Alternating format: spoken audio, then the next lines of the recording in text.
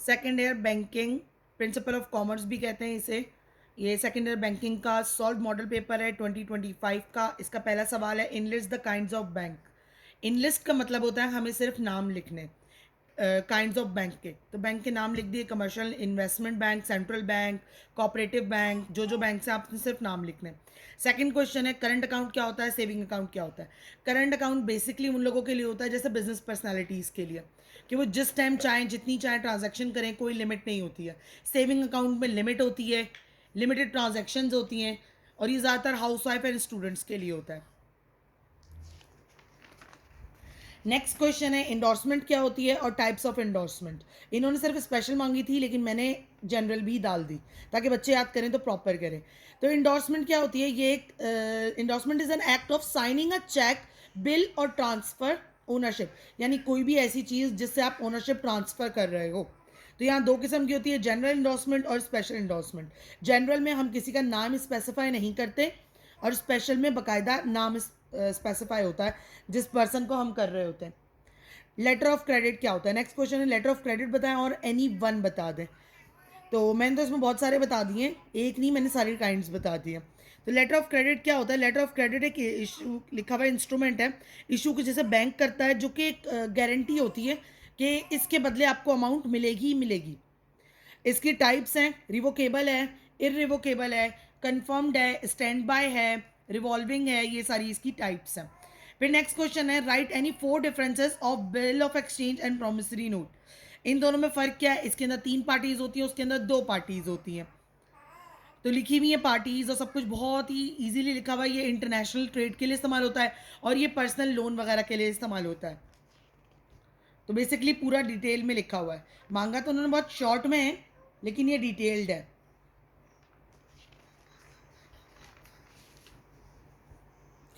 Next question है, define balance of trade and balance of payment. Balance of trade क्या है, it is the difference between countries import and export of good.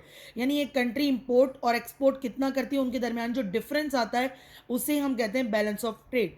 फिर next है, balance of payment क्या होता है, हम जितनी एक्सपोर्ट करें उतनी ही इंपोर्ट करें, इसे बैलेंस ऑफ पेमेंट, यानी जितने की हमने ट्रांजैक्शंस किए हैं, जितने की हमने चीज़ खरीदी है किसी दूसरे मुल्क से, हम कोशिश करें कि हम उतनी ही चीज़ बेचें, इसे हम कहते हैं balance of payment. Next question है, क्लियरिंग हाउस किसे कहते हैं। Clearing house help banks and financial instruments exchange money securities, it acts as a middle man. ये बीच के बंदों का काम करता है बैंक और फाइनेंशियल इंस्टीट्यूट्स के दरमियान पे। फैक्टर्स है, कौन कौन से फंक्शंस ये करता है, ट्रांजैक्शंस मैनेज करेगा, रिस्क को कम कर देगा, फैसिलिटेट करेगा, एक्सचेंज में ईजी करेगा। तो ये सारे इसके फंक्शंस हैं क्लियरिंग हाउस के। फिर नेक्स्ट क्वेश्चन है हमारे पास, ई बैंकिंग क्या होती है। ई बैंकिंग, जिसे हम इलेक्ट्रॉनिक बैंकिंग भी कहते हैं, यानी बिजली का इस्तेमाल करते हुए, जो हम या नेट का इस्तेमाल करते हुए बैंकिंग की फैसिलिटीज़ इस्तेमाल करते हैं, हम लोग ट्रांजैक्शंस करते हैं, ऑनलाइन ट्रांजैक्शंस। अब इसकी एडवांटेजेस क्या हैं, हमारा वक्त बच जाता है, सिक्योरिटी होती है, हर ट्रांजैक्शन पे हमें एक वो आती है, मैसेज जनरेट होता है, कॉस्ट इफेक्टिव होता है, फिजिकल हमें जाना नहीं पड़ता बैंक, हमारा टाइम सेव हो जाता है, सिक्योरिटी, एक्सेसिबिलिटी, 24/7 हम ये फैसिलिटीज़ दे सकते हैं, कोई भी ट्रांजैक्शन किसी भी वक्त कर सकते हैं। जैसे कि हमें पता है बैंक तो एक स्पेसिफिक टाइम पे खुला होता है, लेकिन ऑनलाइन ट्रांजैक्शंस का कोई टाइम नहीं होता। फिर नेक्स्ट क्वेश्चन है, कॉजेज ऑफ डिसऑनरिंग ऑफ चेक, यानी कब एक चेक की बेइज्जती होती है, डिसऑनर हो जाता है यानी रिजेक्ट हो जाता है। जब उसको साइन करने वाले की डेथ हो जाए, स्टेल चेक हो यानी 6 महीने से ज़्यादा का अर्सा गुजर जाए, इनसफिशिएंट फंड यानी जिसने आपको चेक दिया है उसके अमाउंट ही ना हो इतनी। फिर डिफरेंस इन सिग्नेचर, एक तो आपके पास रिकॉर्ड में सिग्नेचर होते हैं बैंक वालों के पास, और एक चेक पे होते हैं, उन दोनों को जब मैच किया जाता है अगर उनमें कोई फ़र्क हो तो चेक कैश नहीं होता। डिफरेंट इन अमाउंट हो, यानी चेक में हम अमाउंट वर्डिंग में भी लिखते हैं और नंबरिंग में भी लिखते हैं, अगर दोनों में कोई फ़र्क हो तो पोस्ट डेटेड चेक, यानी डेट गुजर जाए उसके बाद आप प्रेजेंट करें, डबल राइटिंग हो, इन सब की वजह से चेक डिसऑनर हो जाता है, यानी कैश नहीं हो पाता।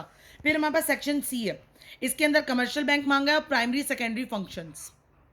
कमर्शियल बैंक जो भी हमारे जितने भी बैंक्स हैं ये सारे कमर्शियल बैंक्स हैं, यानी कमाते हैं, सारी कमाने की एक्टिविटीज़ हैं इनमें। प्राइमरी फंक्शन इनके क्या होते हैं, हर बैंक डिपॉजिट करेगा, लैंड करेगा यानी आपको लोन्स देगा और ट्रांसफ़र करेगा आपके फंड्स को एक अकाउंट से दूसरे अकाउंट में।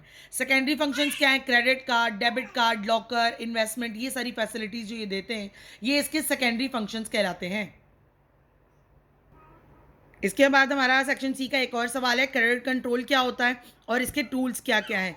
क्रेडिट कंट्रोल यानी सेंट्रल बैंक कंट्रोल करता है कि हर बैंक बहुत ज़्यादा क्रेडिट ना दे दे, यानी उधार ना दे दे। उसके लिए क्या टूल्स अप्लाई करता है, वो सारे नीचे अवेलेबल है। फिर लिखा हुआ है रेट ऑफ एक्सचेंज क्या है, फैक्टर्स अफेक्टिंग जो उसको अफेक्ट करते हैं। रेट ऑफ एक्सचेंज क्या है, एक कंट्री और दूसरी कंट्री की करेंसी के दरमियान जो डिफरेंस होता है, इसे हम कहते हैं रेट ऑफ एक्सचेंज। इसको इफेक्ट करता है सप्लाई और डिमांड, उस करेंसी की डिमांड कितनी है, सप्लाई कितनी है, इन्फ्लेशन रेट आपकी कंट्री का यानी गुर्बत कितनी है, पोवर्टी कह लें इसे, या फिर इंटरेस्ट रेट कह लें, आपका बैंक कितने इंटरेस्ट ले रहे हैं, आपके मुल्क में कितनी एम्प्लॉयमेंट है। तो ये सबको आपकी पॉलिटिकल हालत जो है आपकी उसकी वो कितनी बैलेंस्ड है। फिर आपका क्वेश्चन है बैंक फंड्स क्या होते हैं। बैंक के पास जितना भी पैसा जमा होता है उसे हम बैंक फंड कहते हैं। इसके दो किस्म के यूजेस होते हैं, प्रॉफिटेबल, नॉन प्रॉफिटेबल। प्रॉफिटेबल जिनसे बैंक को कोई प्रॉफिट हो, कोई मुनाफा कमाए। नॉन प्रॉफिटेबल जिससे बैंक को कोई मुनाफा ना हो। जैसे कि अगर आपने सेंट्रल बैंक में रिजर्व करवाया पैसा, उससे आपको फ़ायदा नहीं होगा। आपने बैंक में फर्नीचर डाला, उससे भी फ़ायदा नहीं होगा। आपने होल्ड करके कैश रखा क्योंकि कोई भी कस्टमर किसी भी वक्त आ सकता है, इन सब से आपको फ़ायदा नहीं होता। ये नॉन प्रॉफिटेबल है। ऊपर प्रॉफिटेबल लिखे, जैसे कि हम किसी को अगर बैंक लैंड करता है पैसे, तो ऊपर इंटरेस्ट लेता है तो फ़ायदा होगा हमें। हाँ, बैंक कोई इन्वेस्टमेंट कर रहा है, शेयर्स खरीद रहा है, बॉन्ड्स खरीद रहा है किसी कंपनी के, तो उसमें फ़ायदा होगा। तो क्रेडिट जो देते हैं आप दूसरों को, तो इन सब में जो फ़ायदा हो रहा है वो सब ऊपर प्रॉफिटेबल यूजेस में आएंगे। फिर आपका आ रहा है लास्ट क्वेश्चन है, चेक क्या होता है और इसकी पार्टीज क्या है। टाइप्स भी हैं, वो मैंने अभी मेंशन नहीं की, काइंड्स ऑफ चेक।